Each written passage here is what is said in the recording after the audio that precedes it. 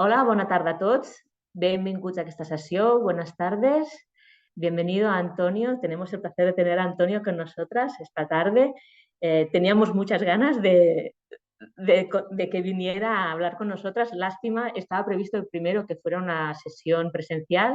Es una lástima que no haya podido venir a Barcelona, pero nos ha prometido que pronto vendrá a Barcelona y podremos tener una sesión, pues, de como Dios manda, en la que podremos interaccionar y aprender tantísimo de Antonio, que ha escrito muchísimo sobre la transformación de las universidades con una visión muy desde la filosofía, pero es que tenemos clarísimo que para abordar los grandes retos de nuestra sociedad, las universidades tienen un papel muy importante y las humanidades tienen un papel también clave y fundamental para que entre todos podamos encontrar las maneras de abordar con éxito estos grandes retos que tenemos como sociedad.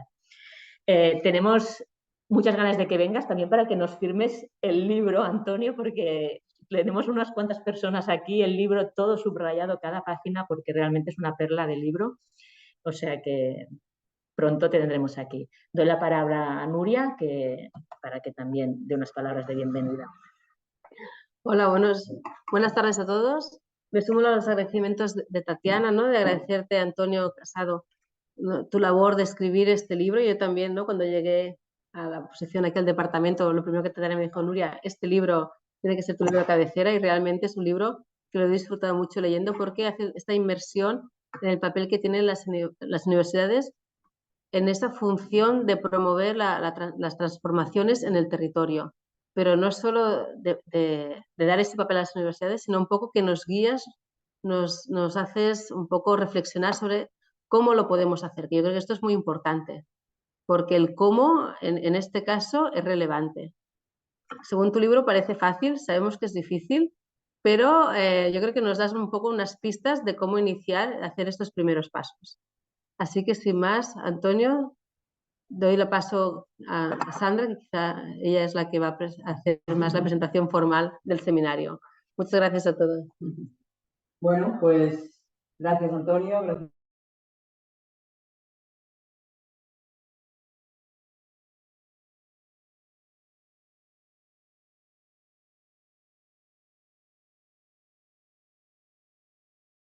Disculpa, Sandra. Sandra, no se oye. Os habéis muteado. Ahora os escuchamos. A ver, que estamos aquí.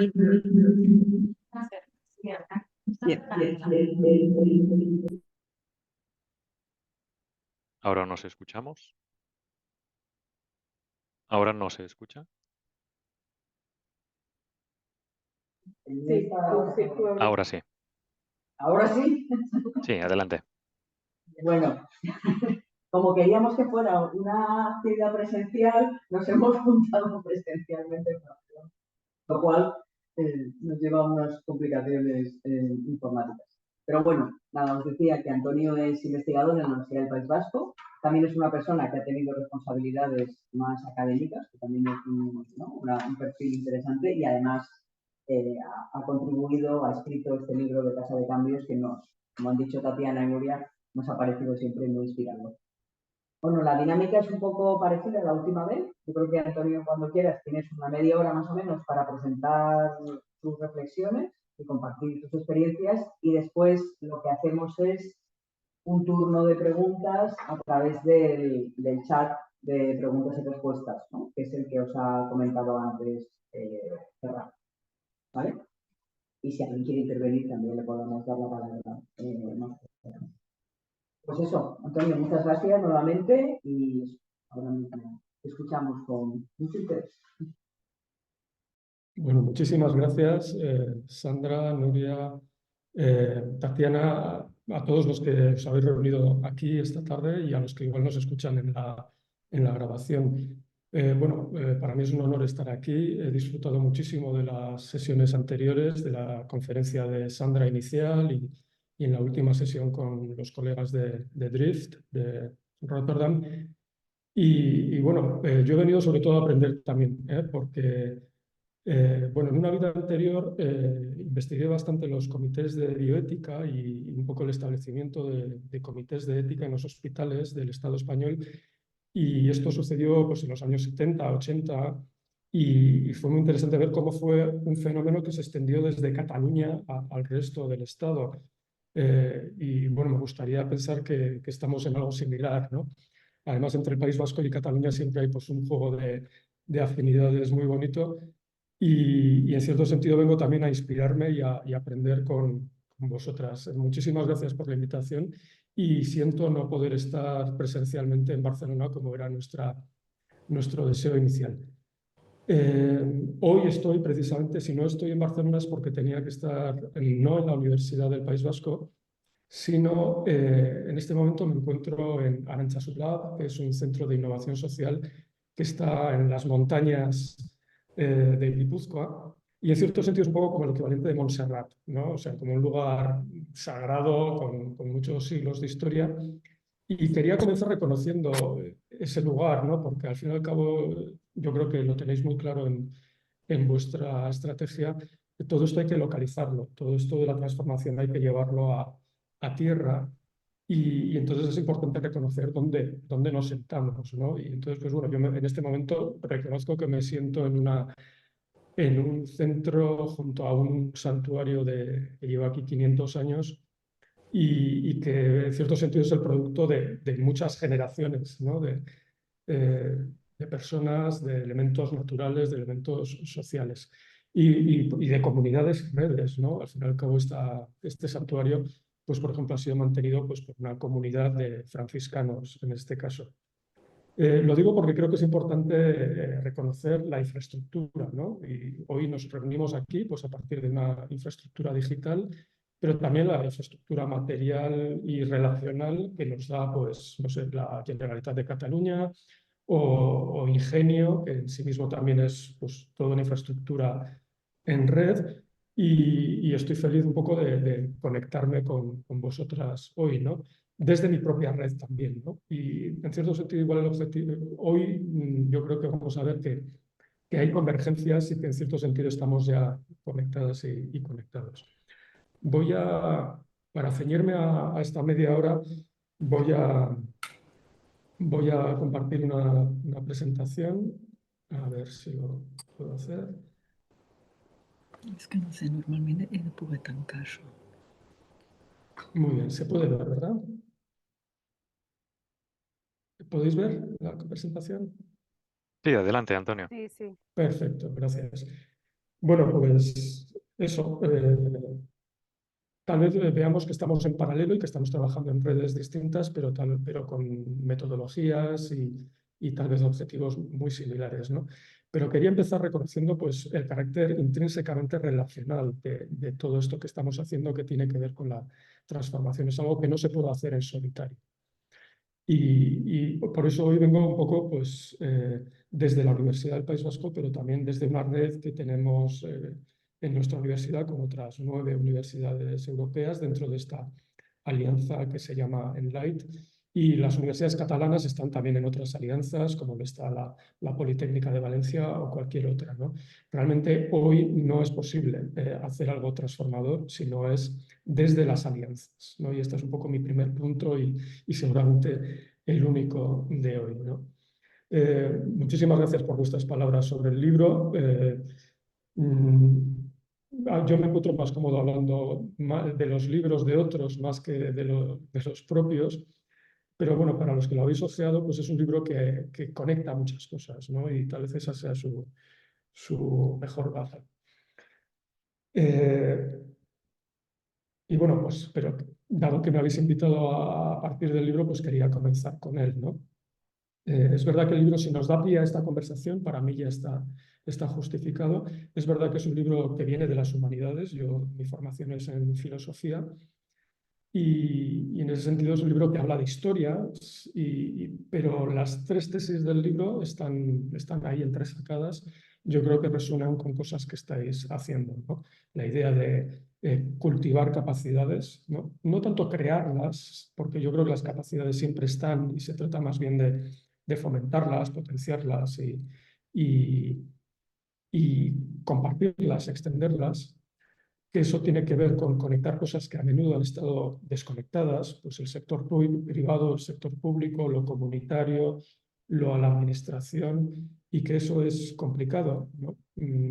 La especialización del trabajo nos conduce a no trabajar con otra gente y a trabajar solo con lo que en esa parcela, pero creo que los retos que tenemos por delante pues precisamente requieren abordajes, como sabéis perfectamente, pues transdisciplinares, ¿no? Las crisis que tenemos y las que se avecinan requieren alianzas de este tipo y requieren trabajar de manera colaborativa.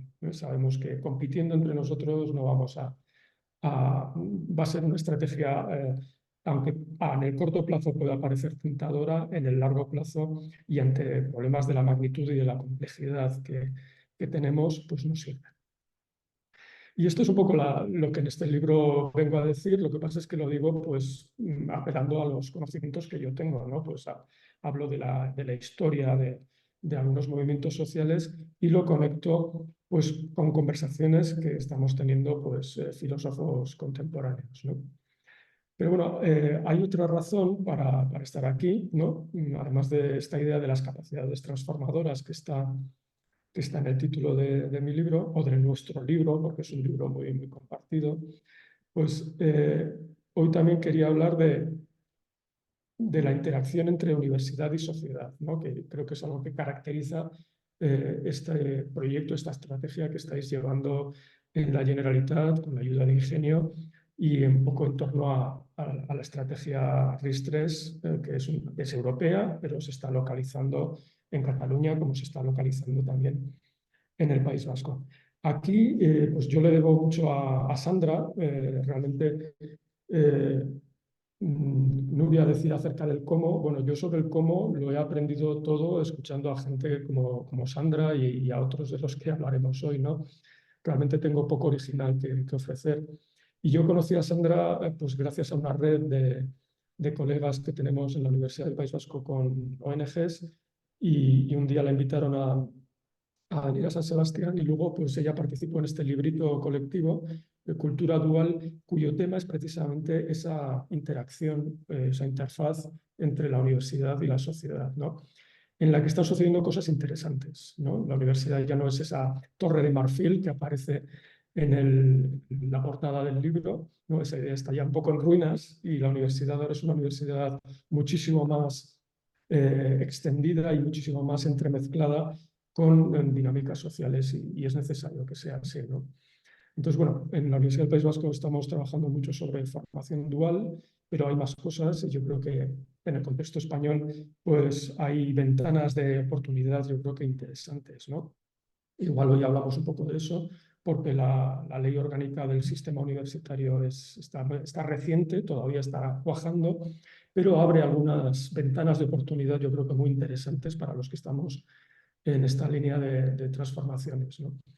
Pues, por ejemplo, cosas que ya habéis mencionado en otras presentaciones, ¿no? Como yo creo que Sandra lo mencionaba, ¿no? Pues, la importancia del aprendizaje-servicio, de la ciencia ciudadana, pero también yo creo que, y en el libro yo creo que es lo que más trabajo, ¿no? Es la idea de que la tercera misión de la universidad, que siempre ha estado más indefinida, me parece a mí, que las otras dos, más que la docencia o el aprendizaje y la investigación, bueno, ese carácter polimórfico de la tercera misión puede ser algo muy positivo para conectar la universidad y ponerla al servicio de estos retos sociales para los cuales la universidad es clave.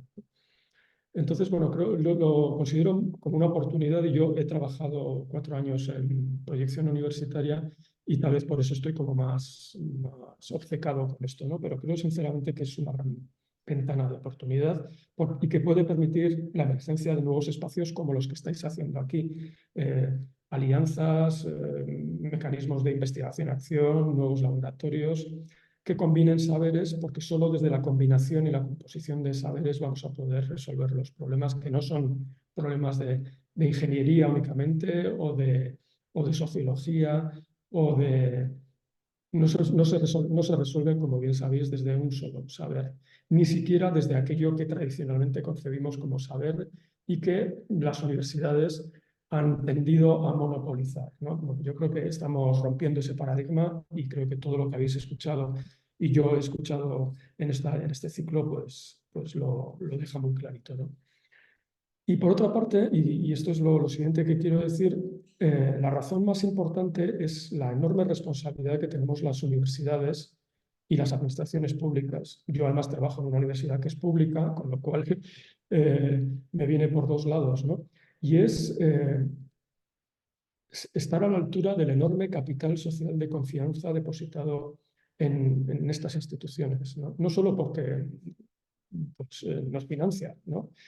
Sino porque realmente la gente espera de nosotros liderar tal vez algunas transformaciones o algunas estrategias. Estos son datos de hace unas semanas. Esto es el sociómetro vasco, pero yo creo que en Cataluña habrá algún instrumento demoscópico similar que mide, pues, como suele hacerse, pues, el estado de ánimo de la población, y una de las preguntas que siempre aparece es la confianza en las instituciones. Y bueno, pues no creo que se sorprenda a nadie, pero la universidad es la institución en la que la población vasca confía más del 80%. Con un enorme contraste pues, con, no sé, los partidos políticos, 20%, o la monarquía española, ¿no? Bueno, en ese sentido, yo creo que es importante que asumamos la responsabilidad y tal vez el liderazgo, porque solo desde la confianza se pueden liderar, creo yo, transiciones justas, ¿no? Sabemos que la desconfianza tiende a generar dinámicas de juego cero, en las cuales mis ganancias son tus pérdidas, y no es eso lo que y sobre eso no se puede construir una transición justa. Por eso a mí me interesa tanto un poco el paradigma de la gobernanza colaborativa. Aquí en Guipúzcoa yo creo que estamos trabajando en cosas interesantes. Está todo el movimiento cooperativo de Mondragón y está también pues, algunas experiencias en políticas públicas como Etorkizuna Eraiki, es un programa muy innovador de la Diputación Foral. No es nada esencialmente distinto a lo que ya estáis probando en Cataluña. Yo creo que todos tenemos que aprender de todos. Y la cosa va un poco de colaboración público-comunitaria y de las universidades, precisamente en base a ese capital social de confianza, como catalizadoras o convener, ¿no? Esta idea de que quién invita, quién crea el espacio donde estos diferentes agentes pueden colaborar y conversar.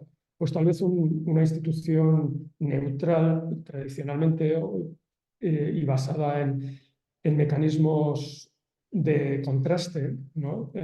Del conocimiento, porque la ciencia misma es un mecanismo colaborativo, ¿no? Pues parece que la universidad está llamada a hacer eso, ¿no? Pero la universidad no puede hacerlo sola y además no puede hacerlo por separado. O sea, es una responsabilidad de toda la universidad, ¿no? Y por eso, bueno, yo que vengo de humanidades, pues también me siento llamado a colaborar en esto, ¿no?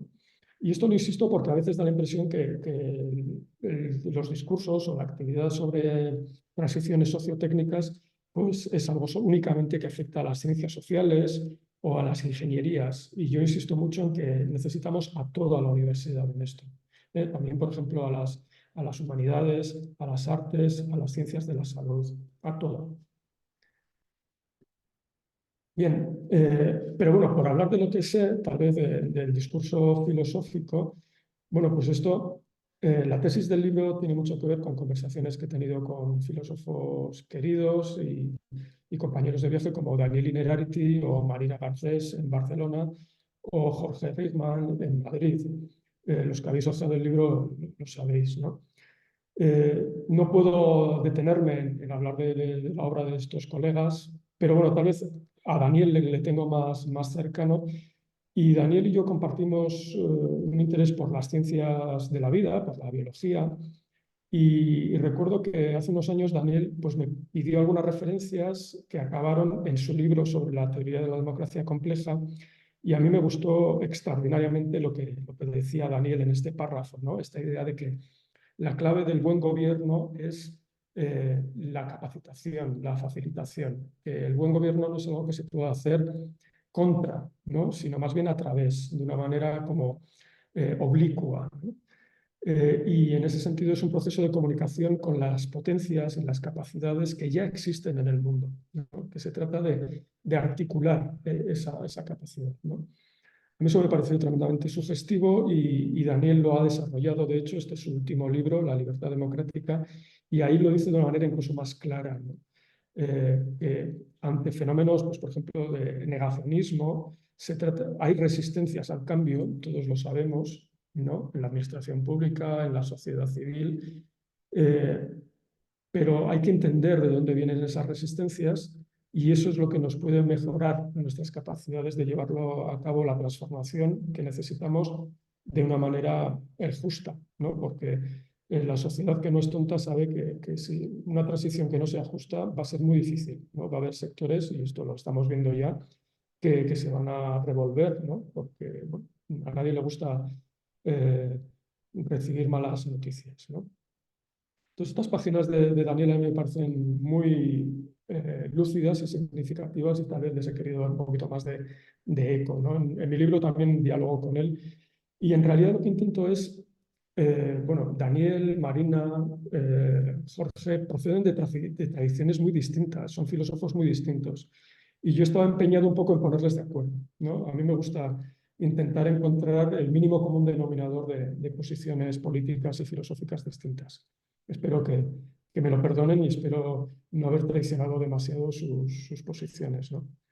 Pero creo que necesitábamos algo así, necesitábamos un marco teórico englobador e integrador, ¿no? Pues de la gente que estamos trabajando en castellano, pero que también incluya a filósofas como Martha Nussbaum, que tiene una obra bueno, importantísima, que ha justificado, que ha creado todo el armazón teórico del enfoque de las capacidades para dar solidez teórica a las políticas de desarrollo, ¿no? En todo el mundo. Y yo quería incluir también ese enfoque en este planteamiento, ¿no? Entonces, es un poco una de las tres patas o las tres sillas del libro. Henry Thoreau, que es otra de ellas, vivió en una casa muy pequeñita, como sabéis, y él decía que en su casa solo cabían tres sillas, ¿no? Pero con tres sillas se puede montar una sociedad, ¿no? Entonces, la siguiente silla sería, además de la teoría, prácticas, métodos y herramientas para la transformación tanto personal como social, que involucren a toda la persona, no únicamente a la parte más intelectual, sino a toda la persona y a todo el sistema. Y eso es algo que últimamente se ha desarrollado mucho, hay muchos enfoques, y a mí el que mejor conozco es la conocida como teoría U, que lleva pues, 15, 20 años desarrollando Otto Scharmer y su equipo en el MIT. Pero bueno, yo me inicié en esto como hace unos 6 años, pero tal vez porque cuando uno tiene un martillo todo le parecen clavos. Yo que había hecho la tesis sobre Henry Thoreau, que es un pensador del siglo XIX, empecé a pensar que la teoría U de Otto Scharmer tenía precedentes filosóficos en el siglo XIX y esa es un poco la tercera pata del libro, ¿no? Hablar, y lo hago porque es el caso que mejor conozco, pero también un poco para recalcar que este asunto de las transformaciones sociotécnicas no es del siglo XXI únicamente. Ha habido grandes transformaciones en el siglo XX y también en el siglo XIX. Y Thoreau es un caso interesante porque desde las humanidades y las ciencias era alguien que escribía también como estudiaba la naturaleza, pues vivió una de esas grandes transformaciones y la abordó desde un planteamiento que a mí me parece empoderador, que le presta gran importancia a las reformas educativas y le presta gran importancia a este carácter transdisciplinar de sacar el conocimiento fuera de las universidades, ¿no? Entonces, con esas tres sillas, pues he tratado de amueblar, digamos, esta casa de cambios. Bueno, como tengo poco tiempo, voy a intentar sintetizar esas capacidades de las que hablo en tres grandes bloques de capacidades. Tiene que ver con algo que he aprendido después de escribir el libro, que es el enfoque de los tres horizontes. Yo creo que lo conocéis bien. Me consta que estáis manejando un marco conceptual más sofisticado incluso que este, pero siendo simple a mí me ha ayudado, ¿no? El enfoque de los tres horizontes pues, combina un poco la idea de hay que percibir el sistema actual dentro de su complejidad y para eso necesitamos capacidades sistémicas para que el sistema se vea a sí mismo, se entienda a sí mismo. Y esto es lo que en este enfoque de los 3 horizontes se llama el horizonte 1, el del sistema actual. Pero además tenemos que anticipar el sistema que queremos lograr. Son también capacidades, digamos, de ver el sistema, pero de ver el sistema en el futuro deseable. Son, por lo tanto, capacidades anticipatorias. Y hay que intentar visualizar también aquello que nos puede llevar de un horizonte al otro horizonte, ¿no? Y ya son capacidades del sistema para co-crear una visión y una agenda compartida, ¿no? Esto puede ser muy disruptivo, pero hay ejemplos de esas capacidades, ¿no? Y yo creo que estáis precisamente en esa línea, ¿no? Con vuestros proyectos reales y localizados de agendas compartidas. Aquí en Guipúzcoa estamos en la misma tarea. Nosotros lo hemos llevado más al tema de la visión compartida, pero en esencia estamos hablando de lo mismo. Y para mí estas son las capacidades que necesitamos, una combinación de capacidades sistémicas, anticipatorias y colaborativas, y que se articulen entre sí mediante formas de gobernanza que también sean sistémica, anticipatoria y colaborativa. Bueno, esto puede parecer muy abstracto, pero quería añadir que estas capacidades ya están en nuestras sociedades. El problema es que están dispersas y a menudo no sabemos siquiera que las tenemos. Nunca en la historia de la humanidad ha habido tanto conocimiento, tanta inteligencia, tanta energía. Por eso yo hablo más bien de activar esas capacidades, no de crearlas. Pero son capacidades que no son estrictamente individuales, no dependen de que las tengan, no sé, líderes carismáticos o personas increíbles. No. Son capacidades que están distribuidas socialmente, colectivamente, culturalmente. Y claro, y ahí está un poco la dificultad, ¿no? Activar redes sociales, activar fenómenos sociales no es tan sencillo, ¿no? Bueno, de hecho se parece bastante más que a las capacidades centrales de las que habla Martha Nussbaum, que son capacidades individuales sustentadas en una infraestructura social, por supuesto, pero Martha Nussbaum en su larga obra, en un libro posterior, Monarchy of Fear, habla de algo que me gusta mucho, que es esa idea de las fábricas de esperanza, ¿no? La esperanza es un complejo de muchas cosas y la esperanza se fabrica y necesitamos fabricarla y llevamos fabricándola toda la historia de la humanidad, ¿no? Entonces, esa idea de cómo fabricar esperanza, cómo activar las capacidades positivas que necesitamos, es el tema del libro. Es un libro muy conversacional. De hecho, yo, pues, como hay confianza, pues un día aquí en Aránzazu le pregunté a Jorge Rickman, para ti, ¿cuáles serían esas capacidades? Y él me respondió con 6 que yo adapté un poco a lo que estaba practicando ya con mis colegas de la teoría U en San Sebastián. Y el resultado es un poco, son los capítulos del libro, ¿no? Pues los conocéis ya, quienes lo habéis ojeado. Hay un capítulo dedicado a cultivar comunidades y bueno, traduciéndolo un poco a lo que igual estáis haciendo vosotros y nosotros aquí, pues es conectar a gente mediante experiencias presenciales y digitales, ¿no? Al final es eso, es conectar y crear grupos, comunidades de práctica, redes, etc. La otra capacidad mencionada por Jorge y trabajada en el libro es una capacidad que llamo acoger lo extraño. No sé, en literatura sobre coaching lo llaman flexibilidad existencial, o sea, la idea de no estar demasiado aferrado a tu propio proyecto y ser capaz de integrar lo que los otros te van a decir acerca de él. En ese sentido es un ejercicio de hospitalidad hacia lo diverso, hacia lo otro, ¿no?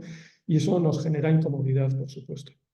Pero en el fondo tiene que ver con una capacidad que, según Otto Scharmer, es la más importante para la transformación y para el liderazgo, que es la capacidad de escucha, ¿no? Parece que es algo sencillo, pero no hay nada más difícil, ¿no? Y esto es algo que es difícil a nivel personal, pero también a nivel difícil colectivo o social, ¿no? Generar infraestructuras y culturas de la escucha. La tercera capacidad suena también como muy poética, ¿no? Esto de dejar ir y dejar venir, pero es muy real. Para crear espacio para lo nuevo, a veces hay que cerrar cosas que ya han dejado de funcionar y eso nos causa sufrimiento, nos causa duelo y hay que vivir ese duelo. Jorge ha escrito maravillosamente bien sobre el necesario duelo, el trabajo del duelo que tenemos que hacer para abordar lo nuevo, ¿no? Y en ese sentido, pues hay que ser capaz de vivir con mucha incertidumbre y esto también psicológicamente, socialmente es complicado. Se trata, en suma, de aprender a confiar, no ya en mis capacidades individuales, que no dan para mucho, sino en las colectivas, ¿no? En la inteligencia colectiva. Y ese trabajo pues, involucra no solo el trabajo de la cabeza, que es un poco lo que hacemos en las universidades, pero hay que involucrar a muchos otros trabajos y muchas otras partes del cuerpo, por así decirlo, ¿no? Yo lo llamo, pues hay que tocar todo el proyecto, ¿no? Y en ese sentido, sé que es llevarlo un poco pero bueno, pensando en que aquí estaréis muchos trabajadores de la función pública, ¿no? Hay una cosa muy importante que es todos los procedimientos de licitación, de compra pública, y es una de las palancas más importantes que tenemos en la administración, ¿no? Y empezar a pensar en eso como en algo que puede ser transformador, para mí es importante. Y al mismo tiempo no pensar que todo se puede subcontratar. O sea, de alguna manera, en los proyectos en los que yo he estado, para mí es importante estar presencialmente y escuchar a la gente. Y si hay que hacer entrevistas yo también. Porque si no, es muy fácil desconectar y abordarlo todo de una manera exclusivamente intelectual. Esto tiene mucho que ver con las relaciones personales y con las capacidades personales, ¿no? No basta con las capacidades personales, pero sin liderazgo, sin empatía, sin todas estas cosas que sabemos que son necesarias, no va a funcionar, ¿no? Y esto lo saben la gente que está trabajando, pues, por ejemplo, en los Inner Development Goals, ¿no? Los objetivos de desarrollo interno, que son un poco como la contrapartida de los objetivos de desarrollo sostenible, ¿no? Las dos cosas son necesarias y por eso a mí me interesa tanto la teoría U, porque al igual que Thoreau hace ya 2 siglos, pues siempre dicen que son cosas que no se pueden separar, ¿no? La transformación colectiva y la transformación personal. Y luego, pues bueno, cosas que ya sabéis que esto va de plazos largos, de no tirar la toalla o de levantarse una y otra vez, ¿no? Aprender de los fracasos y de incorporar cada vez a más agentes, ¿no? Y para eso los programas formativos y por lo tanto la universidad entendida como formación a lo largo de toda la vida, pues es clave, ¿no? Jorge y yo lo llamamos perseverar, ¿no? En la lucha. Y finalmente, y esto también es una incorporación de Jorge, ¿no? Pues él lo llama pensar extramuros, pero bueno, es pensar fuera del marco, ¿no?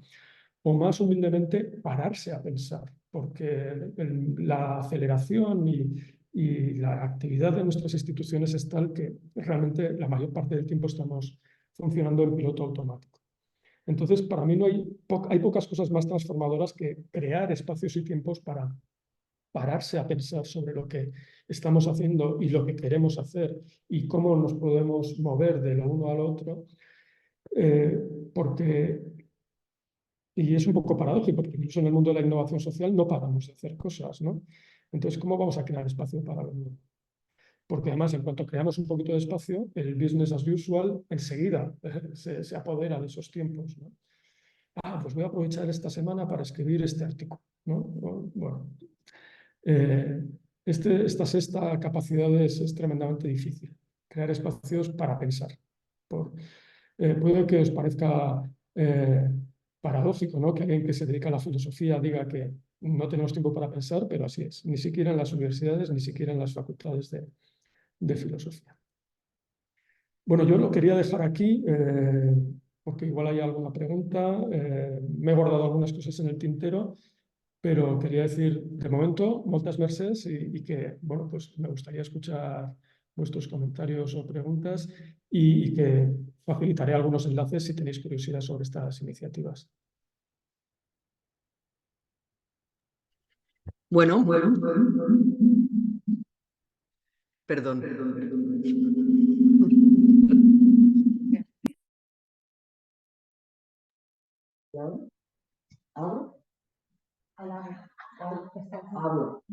Adelante, Sandra.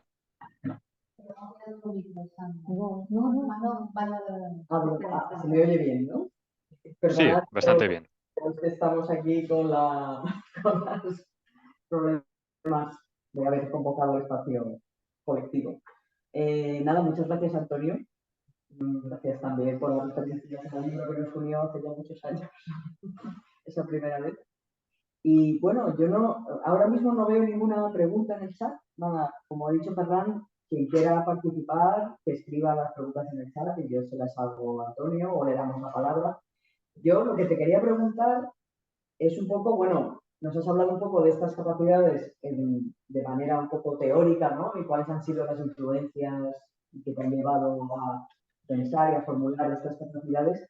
Si nos podíais poner algún ejemplo concreto de dónde has podido ver estas capacidades en acción, qué ha sucedido, si todas son las que se cultivan y se expanden, algunas más que otras, o sea, un poco, algo un poco más aterrizado en alguna experiencia tuya. Pues gracias, Sandra. Estoy viendo algunas preguntas ya en el chat y me gustaría responderlas, pero creo que voy a poder responderlas al mismo tiempo que cojo el guante que me lanza Sandra, porque es verdad que el papel lo aguanta todo, ¿no? Y yo este libro lo escribí, pues bueno, es un libro pospandémico, como os podéis imaginar, y lo escribí con esa urgencia un poco que nos dejó la pandemia, ¿no? Como hay que estar preparados para lo siguiente. Pero una cosa es escribir un libro recogiendo conversaciones y cosas que me pueden parecer útiles, intentando, bueno, escribir un libro al final es intentar ordenar, ¿no? También cosas que sabes, que has aprendido, pero otra cosa es llevarlo a la práctica, ¿no? Y como dice Otto Scharmer, pues por ejemplo, la teoría aún no es para ser predicada, sino para ser practicada, ¿no? Entonces, todo lo que digo en el libro debe ser sometido a la prueba, ¿no? En el libro intenté mencionar algunos ejemplos sencillos, personales, de experiencias transformadoras que he tenido y que están en mi entorno, pero no son experiencias de alto calado, como por ejemplo lo que estáis intentando hacer en Cataluña. Entonces, tengo algunas fotos y que tienen que ver un poco con la pregunta de Tatiana y de Elvira, ¿no? De la idea de cómo entrenar las capacidades personales y cómo hacer un poco el necesario aprendizaje de la complejidad, ¿no? Porque cuando no estamos en una posición de responsabilidad, a veces es muy fácil dar recetas, ¿no? Pero para mí, yo como profe doy clases de filosofía política, de teoría política, pero he aprendido mucha teoría política, pues tal vez como Daniel, hablando con movimientos sociales y con partidos políticos y entendiendo tal vez las grandes fricciones, las resistencias y los plazos, ¿no?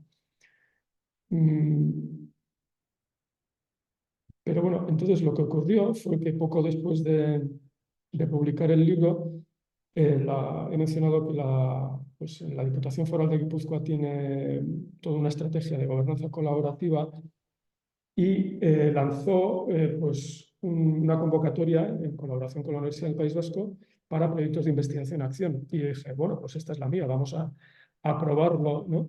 Vamos a poner en práctica Casa de Cambios.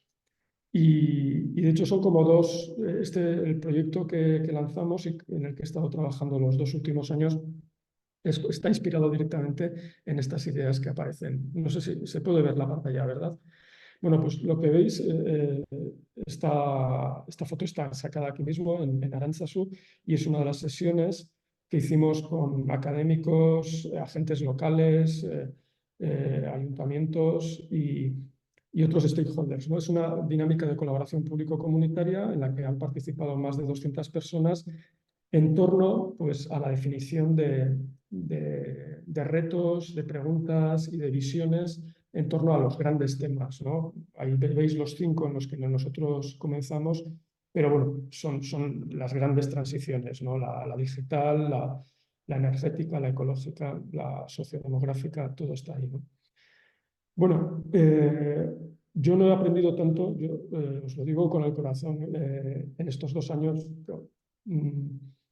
porque es muy distinto aprender. Yo, en mi formación es una formación de biblioteca, pero el hacer 20 talleres con estas personas me ha dado un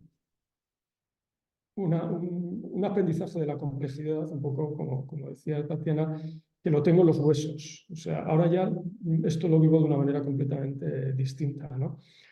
Creamos pues eso, todo un programa anual de talleres, talleres un poco precisamente para juntar diferentes agentes y además una plataforma digital cuyo corazón nació en Barcelona, por cierto, está basado en Decidim, el software para la participación democrática que desarrolló el Ayuntamiento.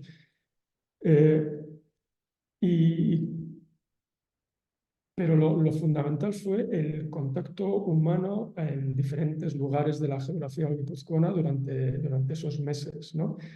Y eso no siempre fue bonito. Hubo talleres que salieron fatal y hubo experiencias que no esperábamos, pero para mí esa es la clave. No quiero, o sea, yo valoro mucho el conocimiento de biblioteca y soy un universitario, pero creo que esta clase de espacios mixtos en los cuales yo creo que estáis trabajando también son el semillero del conocimiento que necesitamos desarrollar, ¿no? Un segundo. Oye, perdonad.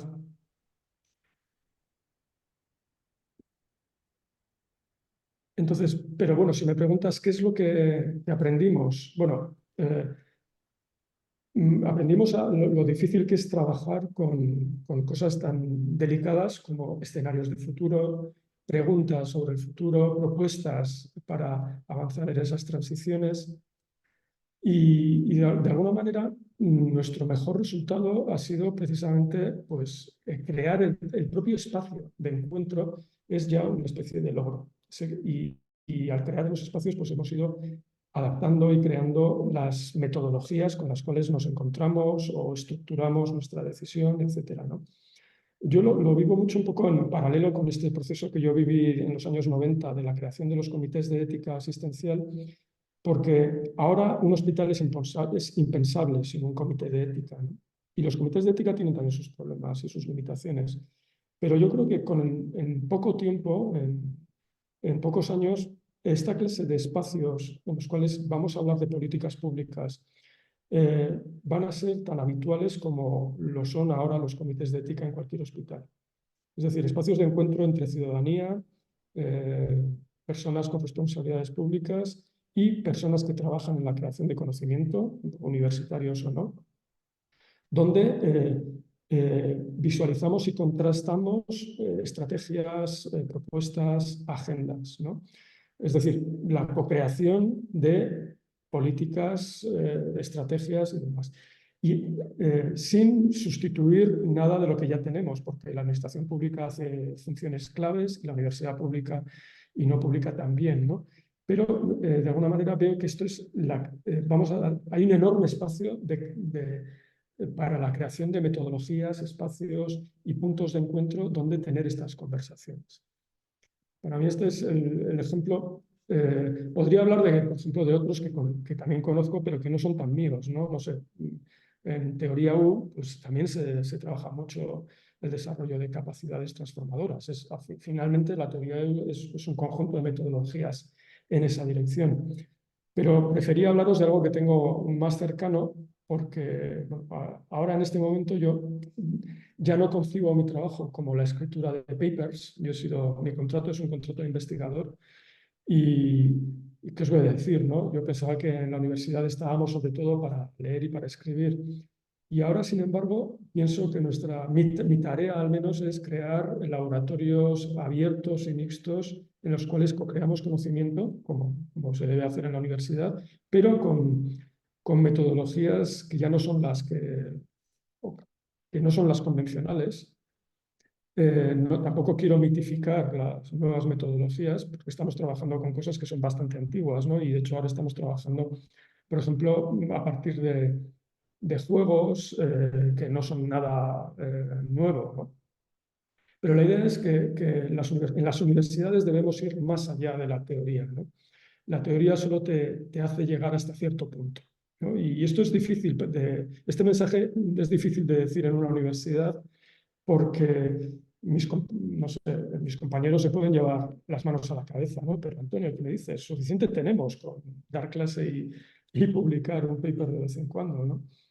Bueno, yo creo que no. Yo creo que se nos pide más y que todavía no estamos ahí, pero experiencias como esta son las que a mí las que yo concibo como el gimnasio o el entrenamiento para los partidos difíciles que nos va a tocar jugar en el futuro.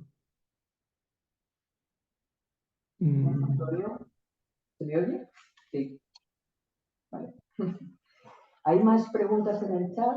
Hay una pregunta de Berta que pregunta, bueno, quizás la ha respondido ahora, pero ¿cómo sugieres articular estos espacios entre el marco teórico y aquel más educativo social?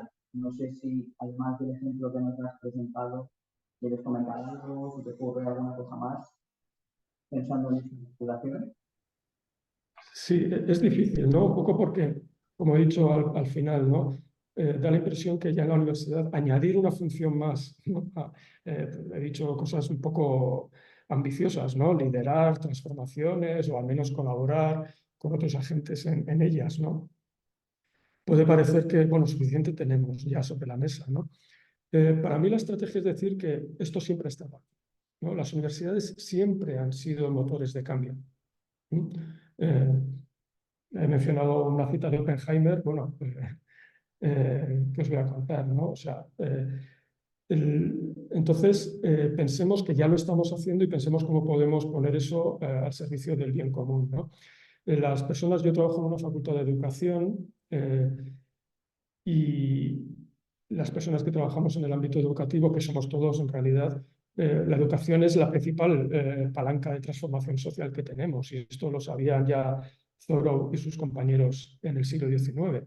Thoreau es famoso por la desobediencia civil, creo que la menciona Miriam en una pregunta también, pero algo que él hizo, pero Thoreau en la cárcel estuvo una noche. Sin embargo, dedicó prácticamente toda su vida a generar pequeñas estructuras locales educativas, ¿no? Desde una escuela que abrió con su hermano, a un liceo que abrió con sus compañeros Emerson y los demás escritores y artistas del Círculo de Concord, etcétera, ¿no? Y la administración pública es un agente educativo de primer orden, ¿no? Todos sabemos que cualquier administración pública, especialmente, pues, no sé, diputaciones o un ayuntamiento grande, o por no hablar de una administración autonómica, está todo el rato formando a su personal y generando programas de formación. Entonces, ya estamos metidos en esto. No se trata se trata de ser conscientes y en ese sentido también pensar que todo esto nos va a ayudar también, a mí al menos yo entré en esto, por ejemplo, de la teoría U, porque me notaba por pura frustración, o sea, para mejorar mis capacidades como profe, como gestor y como investigador. Y bueno, yo creo que me ha ayudado un poco. Gracias. Yo creo que bueno, la pregunta de Miriam está respondida, ¿no? O bueno, ¿quieres añadir algo más? Sí, bueno, ella ha hablado de la desobediencia, qué papel puede tener. Siempre hay un elemento de transgresión, ¿no? Tampoco se trata de ir de aquí a la desobediencia civil de manual y es una cuestión de grado, ¿no? Y de hecho, como docente, pues bueno, yo creo que hay mucho más espacio de libertad y a menudo también, y esto lo hablé con alguien que participó en el gobierno escocés como encargado de un proceso de transformación de toda una línea del gobierno, y él decía una cosa que a mí me abrió los ojos, y es que a menudo pensamos que un rol social como el de profe o como el de directora de un servicio, por ejemplo, es algo que te viene dado y que no te puedes mover de ahí. Y él me decía, no, la persona crea el rol, hay muchísimo espacio. Y bueno, esto requiere cierto liderazgo, pero pero es sorprendente la cantidad de cosas que podemos hacer, por ejemplo, como profesores en nuestras aulas, sin romper ninguna ley, pero sí rompiendo la inercia, ¿no? O sea, la inercia es muchísimo más poderosa que nada, ¿no?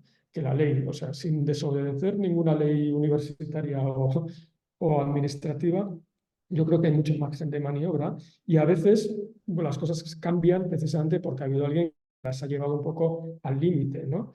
Y entonces se transforman los reglamentos y bueno, la propia normativa es lo que va evolucionando, ¿no? Y como muestra toda la teoría sobre la desobediencia civil, a veces es necesario que alguien dé ese paso y lleve el sistema a sus límites para ver que, bueno, igual es necesario cambiar algo, ¿no? Y bueno, esto en los momentos extremos, pues es Thoreau desobedeciendo en contra de la esclavitud en los Estados Unidos previos a la Guerra Civil, es el movimiento de los derechos civiles de Martin Luther King y Rosa Parks desobedeciendo las leyes segregacionistas, es Gandhi desobedeciendo en la marcha de la sal, pero no, si nos fijamos únicamente en esas tres grandes figuras de la desobediencia civil, da la impresión de que esto es solo para héroes, ¿no? Y no. A mí este funcionario del gobierno escocés yo creo que me enseñó que el rol lo hacemos todos los días con cómo llegamos a la oficina, ¿no? Y a veces cosas muy revolucionarias pueden suceder únicamente cambiando pocas cosas a escala muy pequeña desde allí. Antonio, mira, hay dos preguntas bastante largas y detalladas en el chat y luego una mano levantada de francés. Yo creo que si os parece, primero, si quieres, Ferran, si estás online, puedes hacer tú la pregunta directamente a Antonio. Luego, Tatiana, también, si quieres hacer la tuya directamente a Antonio y luego tienes. ¿De acuerdo? Pues Ferran, cuando quieras. Val. Bueno, Antonio, no sé com... Entens el català? Entens el català si et parlo o no? Sí, sí, entiendo. Sí? No lo hablo, pero quiero pensar que lo entiendo. Mis hijos están estudiando en Barcelona y me siento muy cercano a Mila Cataluña. esker, Arsaldeon, m'ha agradat moltíssim la teva intervenció. M'has dit abans que la clau del bon govern és la capacitació i que no es pot governar contra ningú, sinó mitjançant a través d'aquestes persones. Però quines eines podem desenvolupar si trobes una administració o un actor que no hi creu en aquesta idea? Quina estratègia desenvolupes per trobar complicitats, aliances, per realitzar transformacions i com vèncer aquestes resistències internes? Vivian Robinson anomenava les creences i valors prèvies de les persones, no? Com podem crear espais de trobada generant i sabent que hi ha aquestes dificultats? I moltíssimes gràcies de nou. M'ha agradat moltíssim la teva intervenció. Bueno, muchas veces. Bueno, esta es una de las grandes preguntas, ¿no? ¿Cómo colaborar con quien no quiere colaborar, ¿no? Y es verdad que, bueno, además en nuestra realidad histórica, ¿no? En nuestra realidad política e institucional, pues no todo, vamos, estoy hablando desde un lugar donde hemos vivido hasta hace muy poco, pues situaciones muy difíciles, ¿no? Y no quisiera pecar un poco, pues no sé, de buenismo, ¿no? Que es algo que siempre nos dicen, ¿no? Pero esto todo es muy buenista, muy utópico, ¿no? Bueno, yo creo que para empezar, reconocer cierta vulnerabilidad es importante, ¿eh? O sea, y decir, mira, no tengo todas las respuestas, pero... Y esto yo creo que también lo hemos aprendido, pues ayer fallecía Johan Galtung, ¿no? El padre de la no violencia, padre académico, quiero decir, la persona que más ha estudiado sobre paz y no violencia en las últimas décadas, ¿no? Y esta idea un poco no violenta de poner el cuerpo y decir, mira, esto es lo que tengo, ¿no? Y eso es verdad que te coloca en una posición que no es de fuerza, sino de vulnerabilidad, ¿no? Pero a veces esto puede generar ciertas transformaciones. No siempre, debe haber condiciones, pero bueno, yo creo que estamos mejor que hace 10 años y mejor que hace 20 y que hay cosas que no esperábamos, ¿no? Y que no están en el guión.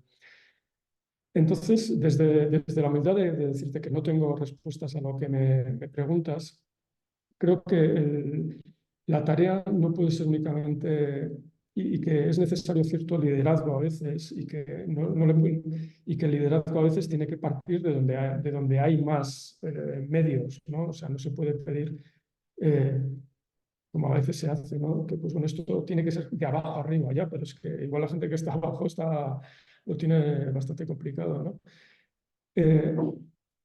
Yo más bien, pues a mí me gusta pensar en una estrategia de multinivel en la cual hay dinámicas a diferentes niveles y también en diferentes sectores, ¿no? Para mí el sector de lo cultural es extremadamente importante porque es ahí donde nos jugamos que esto no se entienda como una especie de, bueno, pues una nueva, qué sé yo, una nueva estratagema del neoliberalismo para seguir o de qué sé yo, ¿no? Y sabemos que hay, por ejemplo, resistencias a la Agenda 2030 o a los Objetivos de Desarrollo Sostenible en esta línea, ¿no? Entonces, a mí lo que me inspira confianza es la transparencia, el ver que no hay agendas ocultas, el ver que estoy dispuesto a hacer el camino contigo, en el sentido que, bueno, porque claro, cuando te dicen, te tienes que transformar, ¿no? Tienes que reciclarte o cambiar tu modo de vida. Claro, si no ves que en el otro lado también se está haciendo, pues no genera confianza, ¿no? Entonces, cuando yo he visto en el otro lado, en la universidad yo creo que, especialmente en las universidades públicas, yo creo que tenemos esta posición muy importante de que por un lado estamos viendo a gente todo el día, ¿no? Por las aulas de un campus pasa todo el mundo, pero también pasan las empresas, también pasa la administración. Bueno, pues cuando yo me he visto que en el otro lado había esa transparencia de decir, mira, te estoy pidiendo que cambies, pero yo también estoy dispuesto a cambiar, a mí eso me desarma, ¿no? Yo creo que es ese poner el cuerpo que dice Marina Garcés, ¿no? Yo creo que es una de las claves que puede ser transformadora. A mí me parece que es muy fácil, y en un país tan polarizado y como el nuestro es un peligro real, ¿no? Bueno, hay lugares donde sabemos que las conversaciones no van a ninguna parte, no sé, Twitter, ¿no? Crear conversaciones verdaderamente significativas que crean transformaciones personales e institucionales es un arte, requiere cultivar espacios y facilitarlos, y eso no es fácil, valga la redundancia, pero es posible. Yo he salido de algunas reuniones transformado, he cambiado de ideas y ha sido porque de alguna manera me he expuesto a esas conversaciones, ¿no? Entonces yo creo que ahí tenemos una posibilidad, ahí tenemos no sé, pues una fábrica de esperanza, si quieres, ¿no? Quiero decir que, y termino ya, sé que esto es una respuesta muy, muy retorcida, pero hay condiciones que permiten cambios en la conversación, cambios en el guión y condiciones que no. En un contexto de mucha polarización y mucho conflicto político y que es posible que se recrudezca en la medida en que tal vez, pues, no sé, la geopolítica lo haga o la economía también, es muy importante crear esas condiciones de encuentro donde no nos vamos a tirar los trastos a la cabeza como en un debate televisivo o en un hilo de Twitter, ¿no? Yo creo que a mí lo que me ha enseñado la teoría U es que precisamente es ahí donde no vamos a encontrar la transformación. Ahí lo que vamos a encontrar es el conflicto. Entonces, nos jugamos mucho en la posibilidad de crear una cultura en la que esos espacios existan, ¿no? Donde yo pueda encontrarme con gente de signo político distinto, que tenga ideas muy diferentes a las mías, que venga de lugares muy distintos y que podamos empezar a tener esas conversaciones. Este proyecto del que os he hablado un poco va en esa dirección, intentando llevar pues, la gobernanza colaborativa más allá de la colaboración entre sector público y empresas, por ejemplo, que es lo más fácil y es lo que se está haciendo y es importante que se haga. Pero hay muchísima más gente en la que hay que meter en esa conversación, ¿no? Perdonad por una respuesta, Ferran, tal vez incomprensible, pero bueno, voy a leer con atención todo lo que me enviéis en las preguntas y intentaré responder y enviaros más cosas. Muy bien, muchas gracias, Antonio. Si quieres, Tatiana, haces tú la pregunta que tenías para... Vale, sí. Bueno, muy de acuerdo con esta necesidad de crear espacios en los que no haya los unos y los otros, sino que haya personas que tengan una visión de futuro compartida o un proyecto en común y que estén dispuestas a trabajar desde su agencia, porque al final todos trabajamos en la administración o en la universidad o en la empresa y esto es lo de menos, ¿no? Al final, personas que tienen objetivos compartidos y que desde su agencia, porque están en la administración o están en la universidad, quieren aprovechar su conocimiento y ponerlo al servicio de este objetivo compartido. Entonces, no sé si estarás de acuerdo con que uno de los retos de muchos de los espacios que tenemos hoy en día, los labs, los espacios de diálogo, de participación ciudadana, muchas veces la energía en estos espacios se focaliza en los retos que no son los realmente, en los problemas o en las oportunidades que no son realmente las relevantes. Es decir, ponemos mucha energía, ¿qué podemos hacer juntos? Pero a menudo no entendemos o no ponemos la energía necesaria en aquellos problemas, aquellas resistencias, aquellos marcos mentales, aquellas interconexiones, aquellas resistencias al cambio. Es decir, ponemos la energía, podemos hacer esto, esto, esto, y salimos todos quizás muy contentos de estas sesiones de diálogo, ¿no? Porque buscamos en qué punto nos ponemos de acuerdo, pero hemos obviado que para construir este futuro tenemos que partir del presente y el presente es complejo, complicado, está dominado por unas resistencias, unos marcos mentales y unas rutinas que si no las tenemos en cuenta podemos ser con mucha energía positiva, pero no transformaremos. Entonces, aquí hay un trade-off, digamos, ¿no? que es difícil de buscar el equilibrio y el punto. Bueno. Sí. Bueno, me hacías pensar, Tatiana, yo tengo un colega, trabaja en Bruselas, y él a menudo habla, y tiene mucha experiencia en esta clase de espacios, y él a menudo habla de las ideas koala, ¿no? Pues que en estos encuentros solo surgen ideas koala, ¿no? Como los koalas son abrazables, bonitos, y todo el mundo quiere a los koala, ¿no? Pero luego está la política real y la toma de decisiones compleja en condiciones de incertidumbre y demás. Yo últimamente, y esto es algo que he aprendido en los 2 últimos años, para mí es muy importante precisamente tener esa experiencia de la complejidad. Y uno no adquiere experiencia de la complejidad porque al leer un libro mío o de Daniel Innerarity, ¿no?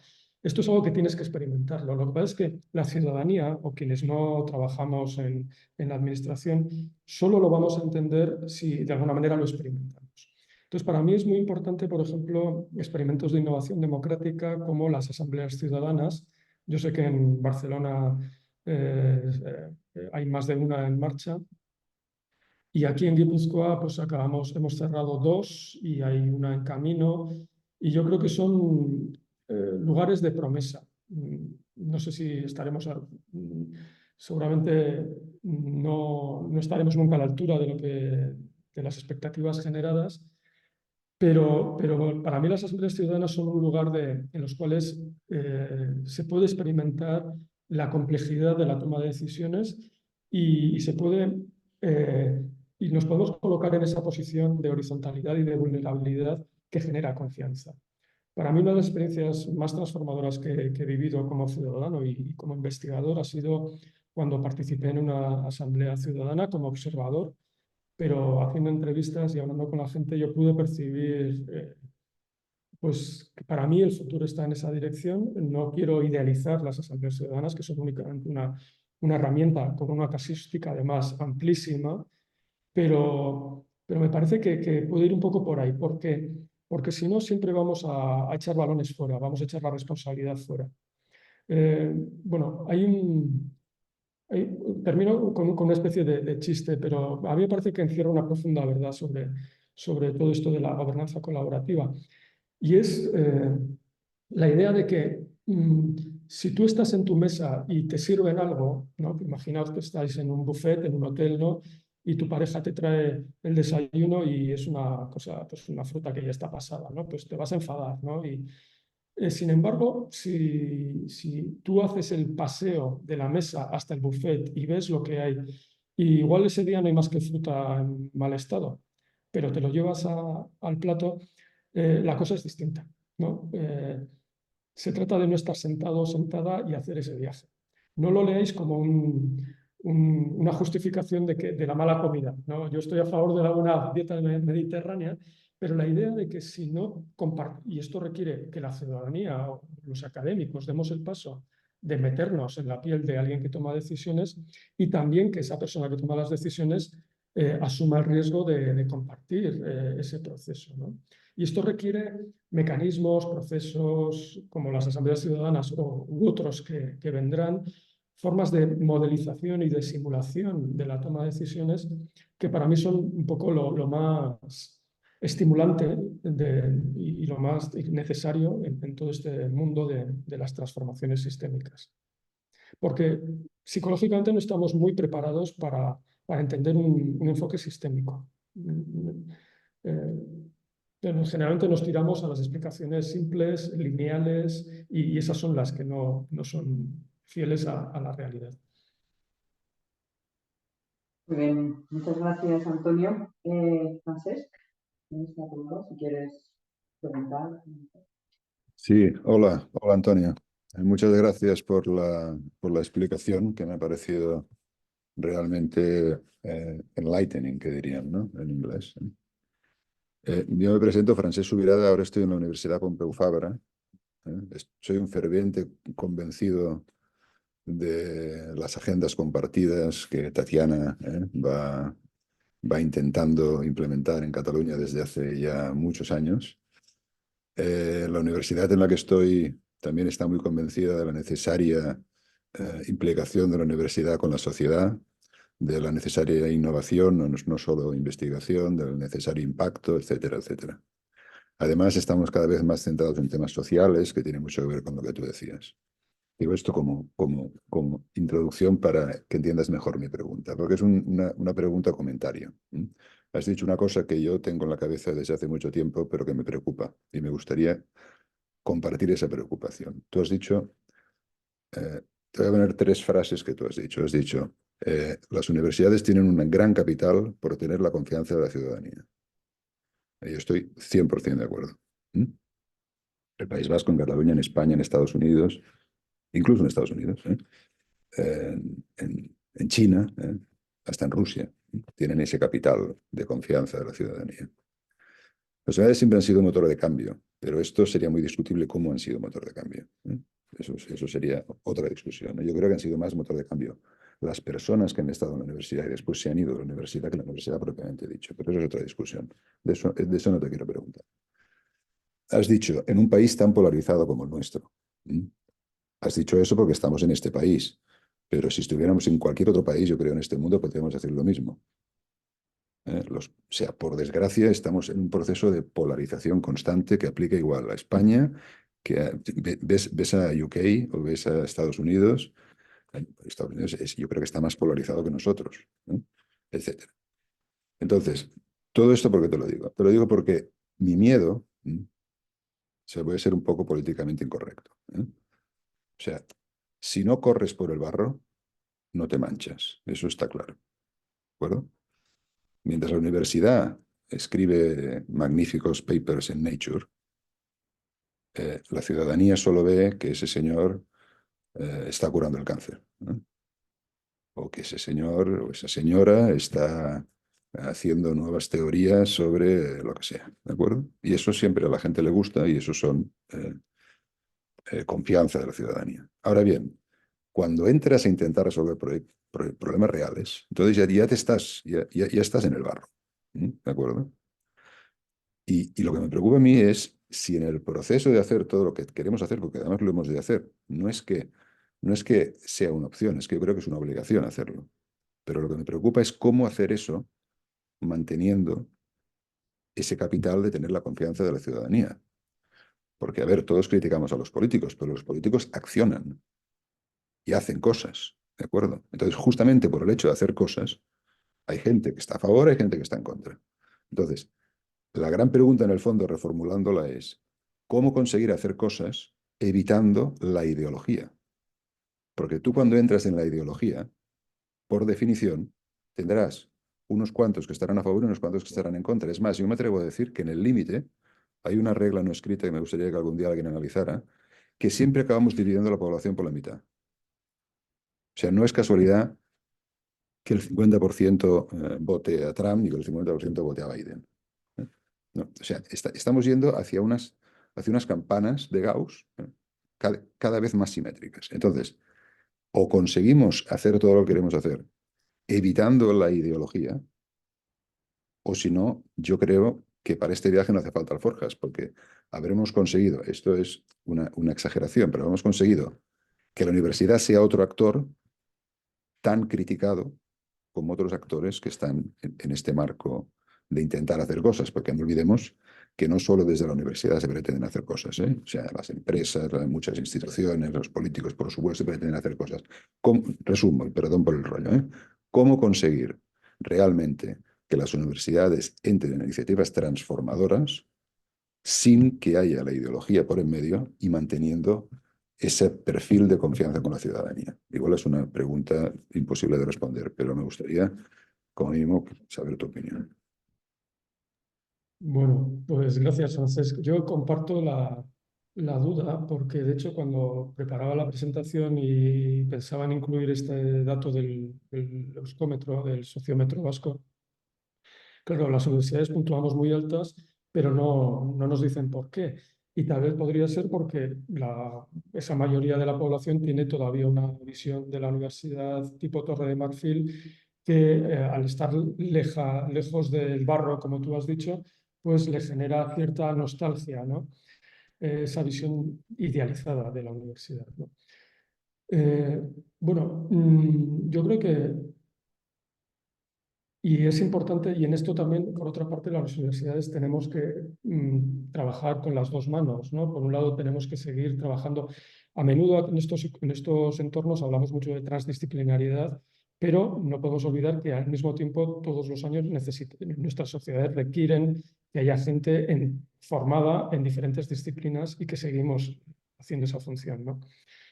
Pero bueno, yo no sé por qué la gente confía en las universidades. Al mismo tiempo, yo creo que la idea de que, bueno, las universidades generan y conservan conocimiento sigue siendo verdadera y hay como una intuición de base que nos dice que hemos salido adelante precisamente a partir de eso, ¿no? Y que no voy a ser tecno-optimista, pero que el conocimiento sigue siendo una baza ante los retos, ¿no? Y que hay mucho conocimiento, ¿no? Y que se trata más bien tal vez de socializarlo y de ponerlo en marcha, ¿no?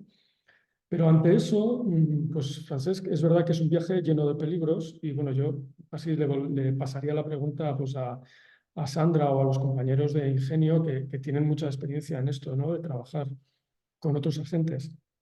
Lo que yo he vivido es que cuando se hace, es necesario hacerlo con otros. Y por eso he puesto la diapositiva de nuestra alianza, ¿no? O aquí mismo en Arantxa Sulab estamos trabajando las universidades del territorio, todas. Estamos Deusto, está la Universidad de Mondragón y está la Universidad del País Vasco. ¿Por qué? Porque no es algo en lo que podemos entrar por separado. Siempre no, y no porque se generen pues, agravios comparativos, es porque este es un viaje tan complicado que si no lo hacemos diferentes universidades, siempre vamos a pensar que, uy, mejor estaría en casa escribiendo mis papers. Pero si veo que mi compañero de Mondragón está haciendo lo mismo, pienso, uy, igual esto es más importante de lo que yo pensaba. Y si veo que una universidad con una tradición distinta como Deusto también, entonces es un poco una actitud de todos o ninguno. Y necesitamos pasar a este nuevo marco colectivamente. Mientras sea una cosa de un solo lado, como tú has dicho, ¿no? Mientras sea solo cosa de un 50%, esto no va a funcionar. Hay que buscar esa transversalidad, ¿no? Que creo que estaba también un poco en la cita de Daniel Innerarity, esa idea de no gobernar contra, ¿no? Bueno, sino más bien buscar esa transversalidad y eso que yo y esa otra persona del espectro político opuesto, pues podemos encontrar en común. Bueno, Yo- muchas Un segundo, para ya, contestar. pero bueno, también no sé si alguien más o para adelantar. Bueno, si es un comentario breve, ok, pero breve. Bueno, pues muchas gracias, Antonio. Yo por lo que has comentado de un poco nuestro trabajo, nosotros lo que sí que planteamos es que en el trabajo conjunto tiene que haber direccionalidad. Claro, tiene que haber una dirección y esa dirección entendemos que tiene que ir hacia un escenario de sostenibilidad, ¿no? Y transiciones justas, como tú lo has comentado. Otra cosa es los diferentes caminos que nos llevan a él. Ahí sí que hay que hablar y discutir y ver, ¿no? Y probablemente haya diferentes puntos de vista. Bueno, yo como quedan 10 minutitos para terminar, te quería hacer una pregunta. Has dicho antes que te parecía que la LOSU abría un poco el espacio para introducir la nueva ley orgánica de universidades, para introducir, no sé, elementos positivos. Entonces quería un poco conocer cuáles son esos elementos positivos, qué es lo que te parece positivo del cambio. Y luego también cuáles son los desafíos, ¿no?, que te parecen más grandes dentro del sistema universitario. O sea, ¿te parecen cuáles pueden ser las barreras más grandes que puedes encontrar? Vale, permitidme que comparta otra vez pantalla porque me había preparado unos enlaces. Se puede ver, ¿verdad? Mm,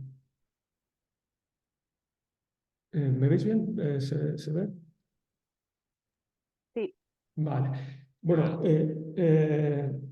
sí, mirad.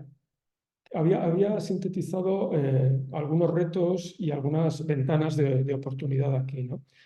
Pues en cuanto a la LOSU, bueno, voy a repetir algo que ya he dicho, y es que el papel lo aguanta todo, y el papel, bueno, y una ley, aunque venga detrás de todo después de todo un proceso, eh, es también papel que puede ser papel mojado, ¿no?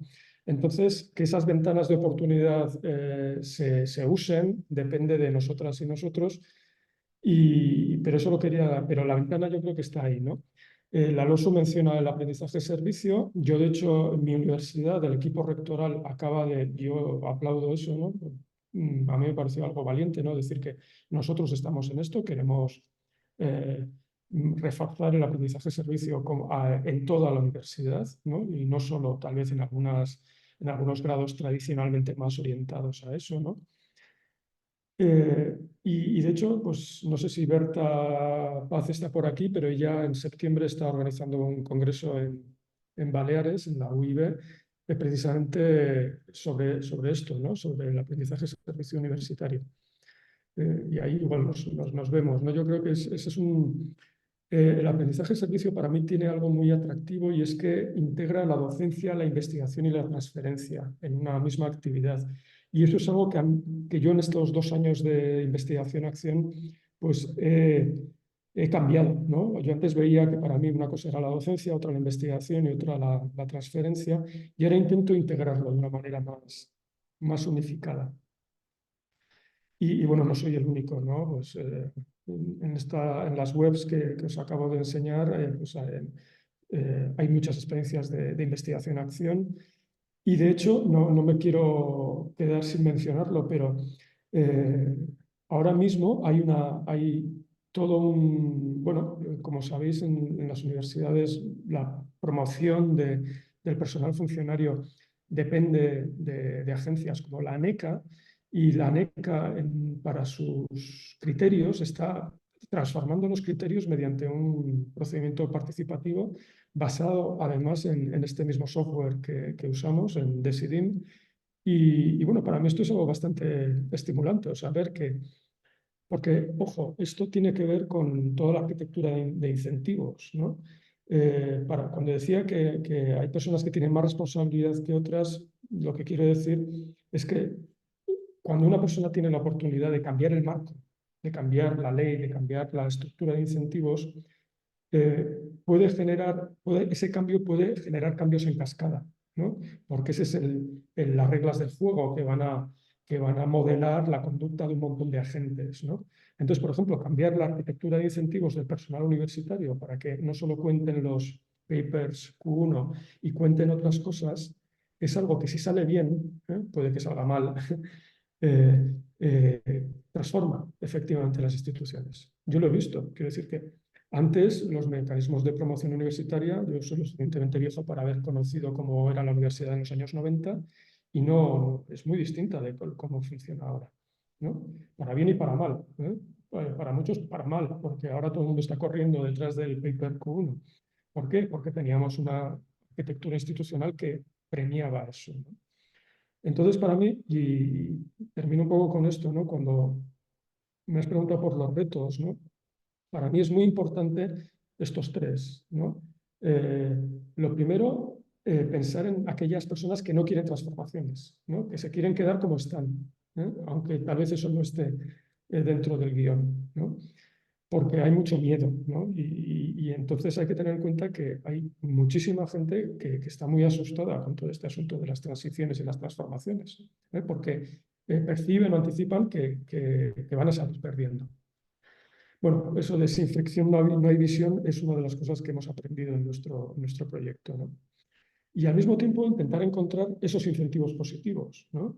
Eh, Porque, bueno, somos conservadores en muchos aspectos psicológicamente. Entonces, tal vez hay un reto que es muy importante, que es institucionalizar esas nuevas métricas, esos nuevos incentivos, esa nueva arquitectura que facilite que en las universidades y la administración y en otros sitios hagamos cosas con impacto social positivo, ¿no?